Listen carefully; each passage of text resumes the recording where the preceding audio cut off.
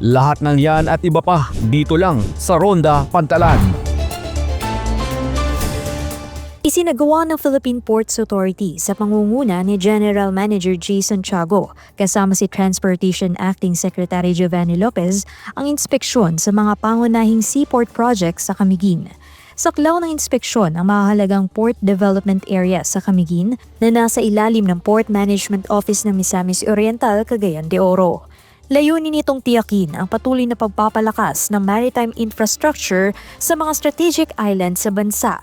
Kabilang sa mga sinuring proyekto ang konstruksyon ng cruise ship port sa Balbagon na inaasahang magbubukas ng mas malaking oportunidad para sa cruise tourism sa Camiguin sa pamamagitan ng pagtanggap ng mas malalaking passenger vessels at pagpapahusay ng kakayahan ng Pantalan para sa domestic at international cruise operations.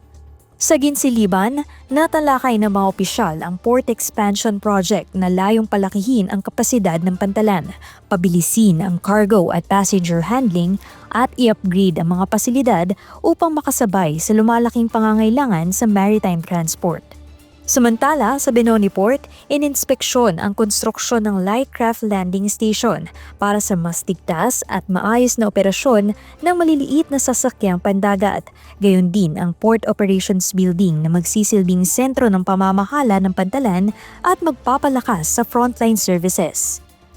Layunin ng inspeksyon na suriin ang estado ng implementasyon ng mga proyekto, tiyakin ang pagsunod sa engineering standards at safety regulations at tugunan ang mga kinakailangang operasyonal upang makumpleto ang mga ito sa itinakdang panahon.